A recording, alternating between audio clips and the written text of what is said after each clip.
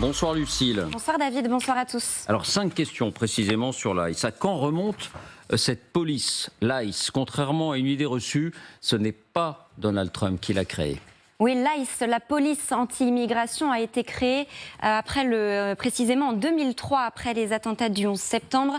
Sa mission n'est pas précisément de combattre l'immigration illégale en tant que telle, mais les menaces terroristes qu'elle pouvait recéler. Plus tard, c'est Barack Obama lui-même qui va recentrer l'ICE sur l'immigration. On l'oublie souvent, mais déjà à ce moment-là, les sans-papiers sont massivement arrêtés et placés en centre de rétention. Deuxième question, Donald Trump a-t-il donné à cette ICE des pouvoirs élargis? Oui, c'est vrai.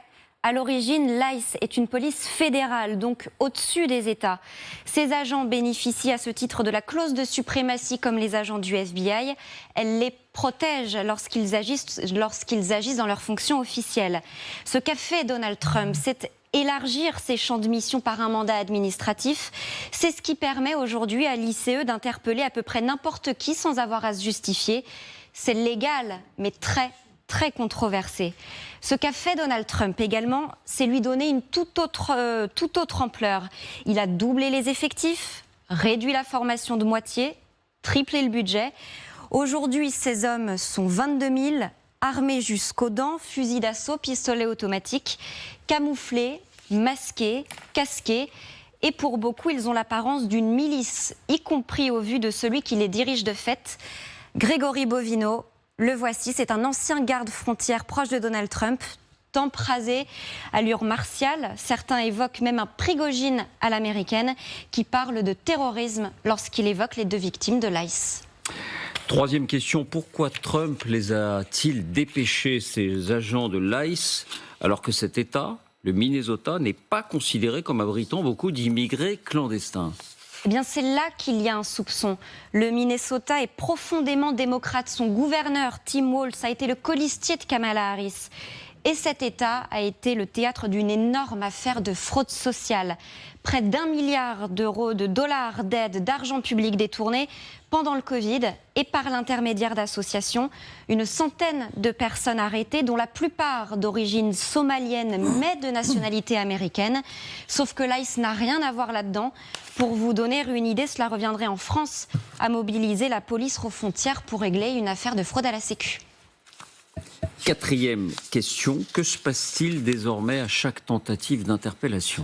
Eh bien, on observe des centaines et des centaines de manifestants de plus en plus organisés, équipés de sifflets pour s'alerter et de groupes Telegram qui parfois font fuir l'ICE, voire incendient des voitures. Ça s'est produit une fois. Sur le front extérieur, on en parlera tout à l'heure. Bien, alors, je le disais, nos confrères de The Atlantic disent oui, c'est du fascisme. 2 morts en quelques semaines. Les méthodes de l'ICE, le chef de l'ICE, on va peut-être voir ces images parce qu'on les voit. Mais le chef de l'ICE dont on parlait il y a un instant, c'est-à-dire Gregory Bovino, quand il se déplace, c'est vrai que cette image a stupéfié parce que, voilà, on va le voir ici.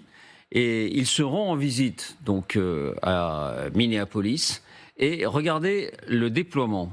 Beaucoup ont vu, alors je ne sais pas si c'est les images où il a sa grande gabardine, non je crois que ce ne sont pas les mêmes images, là il a son gilet pare-balles comme tous les autres. Mais cette mise en scène autour de lui, c'est vrai, elle a provoqué un effet de sidération parce que ça rappelait des images d'un autre temps selon l'expression consacrée. Est-ce que pour vous, ICE, cette police, ce que certains appellent cette milice, est une menace ou pas pour la démocratie, Isabelle? Écoutez, au niveau des images, en tout cas, oui, parce que on hésite un petit peu entre une ambiance des années 30 en Allemagne avec les SA et une ambiance en Russie avec la police qui s'appelle les aumônes ou les forces spéciales russes. Donc c'est vraiment des images de police secrète d'une dictature ou d'une autocratie. Les méthodes sont aussi extrêmement violentes et ne vont pas vraiment avec les règles d'une démocratie, a fortiori la démocratie américaine. Alors la différence, c'est que c'est limité. C'est pas un traitement qui s'applique à tous les États américains. Ce n'est pas un traitement qui s'applique à toutes les villes américaines. Mais il commence à y avoir aux États-Unis une ambiance années 30. C'est vrai que c'est... Années 30. Oui, avec les milices. Absolument. Alors, c'est une ambiance années 30 et c'est vraiment limité à quelques villes et à quelques États démocrates. Donc, il ne faut pas non plus complètement extrapoler. Mais on glisse. Je veux dire, ces gens ne sont pas censés faire ce qu'ils font ici. Ils violent absolument toutes les règles de droit. Ils arrêtent, ils prennent des enfants de 5 ans comme appât. Ils tirent 2 balles dans la tête d'un civil qui brandit un téléphone. Donc, quand on met tout à la suite, ce sont des méthodes qui ne sont pas les méthodes qui devraient être celles de la démocratie américaine. Alors, ce qui a frappé ces dernières 24 heures, c'est que les anciens présidents américains s'en sont mêlés. Jean-Dominique ne parle pas de fascisme. Enfin, les mots sont graves. Le meurtre d'Alex Préti, c'est le nom de cet infirmier, devrait servir d'avertissement. Nos valeurs fondamentales sont de plus en plus menacées. Il revient à chacun de s'élever contre l'injustice, de protéger nos libertés. Bill Clinton, au cours de notre vie, il pèse ses mots, Bill Clinton. Au cours de notre vie, nous ne rencontrons que quelques rares moments où nos décisions et nos actions façonneront notre histoire.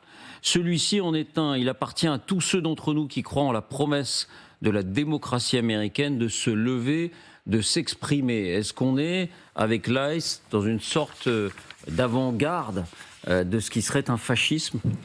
Non, je trouve le mot trop fort. Enfin, en tout cas, je ne le reprendrai pas à mon compte. Il faut bien comprendre.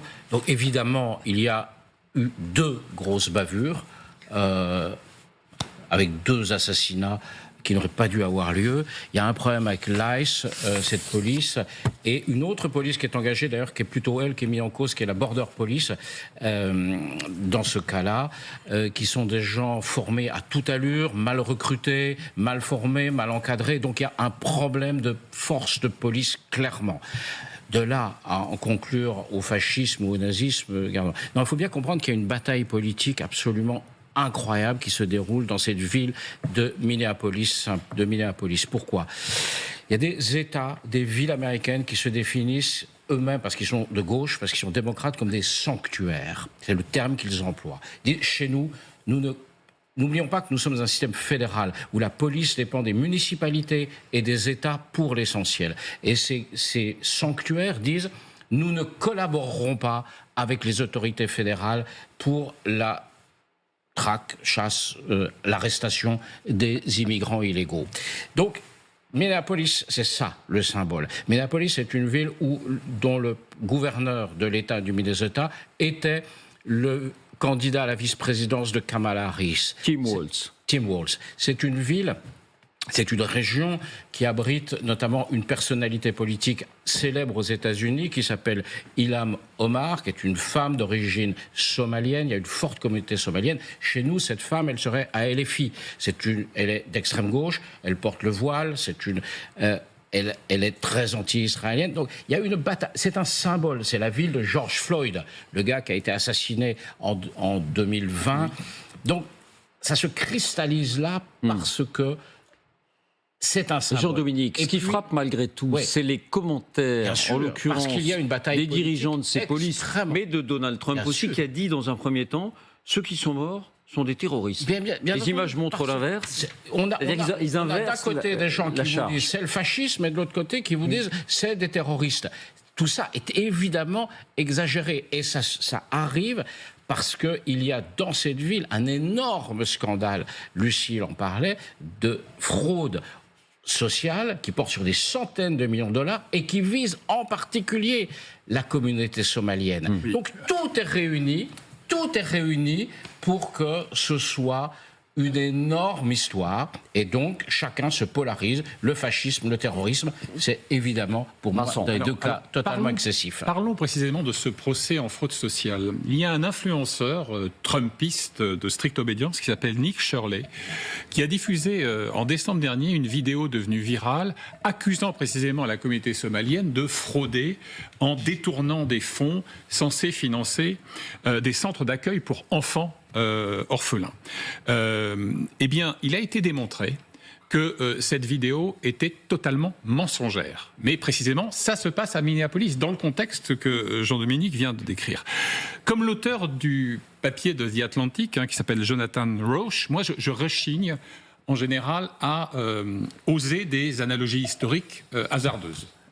En plus, si tout est fascisme, plus rien ne l'est. Pour autant, moi je m'en tiens à ce catéchisme, à mon avis incontournable, c'est ce que Umberto Eco, le célèbre médiéviste et romancier, Le nom de la rose, avait décrit dans un ouvrage paru en 1997 en Italie, qui s'appelait « Reconnaître le fascisme ». Il avait établi 14 critères objectifs de ce qui fait qu'un régime est en train de dériver vers le fascisme. Eh bien, il se trouve que l'Amérique de Donald Trump est en train de cocher de plus en plus de cases. On en parlera peut-être tout à l'heure avec Nicolas Bavrez.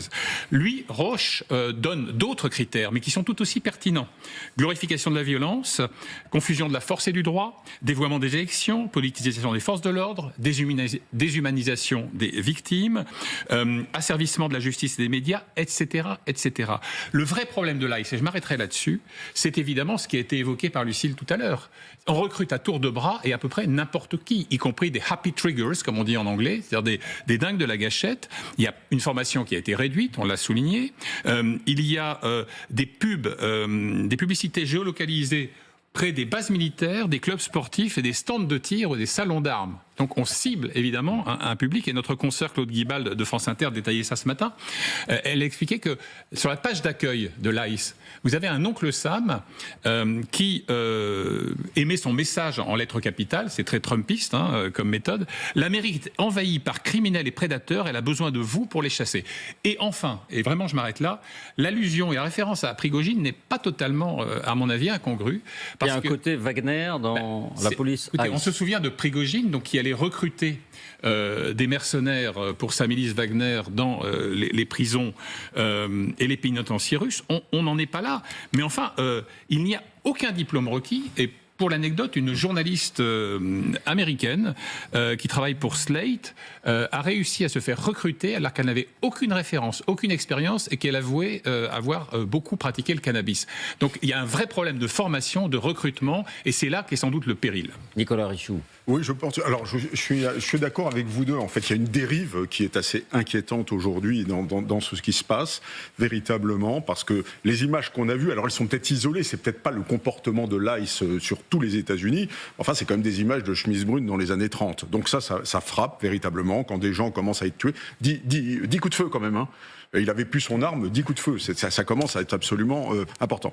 Alors, est-ce que c'est du fascisme? Vraisemblablement pas. D'abord parce que le fascisme, ça reste le fascisme. Voilà. La Shoah, c'est la Shoah. Le fascisme, c'est le fascisme. Donc, ne confondons pas les choses. Et deuxièmement, il reste des contre-pouvoirs quand même. Je veux dire, toutes les forces vives de la nation américaine n'ont pas donné. Et ces contre-pouvoirs existent tellement bien que Donald Trump est obligé de faire un petit peu demi-tour. Il reste quand même des juges, il reste un certain nombre de choses. Donc, il y aura les élections de mi-terme, donc on peut espérer qu'elles ne seront pas annulées quand même. Donc attendons de voir si cette dérive est définitive. Le fascisme, c'est quand il n'y a plus de contre-pouvoir. C'est quand Adolf Hitler a absolument tous les pouvoirs et puis a muselé l'opposition définitivement. C'est absolument pas ce que l'on voit là, étant donné que les gens s'expriment librement dans la rue. Pour le reste, effectivement, il y a un vrai problème de formation.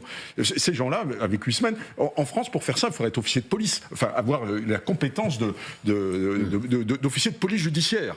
Et donc, s'ils font ça en 8 semaines, eh ben effectivement, si on recrute n'importe qui avec une formation de 8 semaines, ils ne sont pas formés au comportement, à tout ce qui est juridique, comportemental, éthique. Et puis, bien sûr, maniement de l'armement. Il n'y a pas de maîtrise de l'armement dans ce qu'on a vu là, et ça pose un véritable problème. Donc, une dérive, oui, mais attendons de voir ce que ça va donner.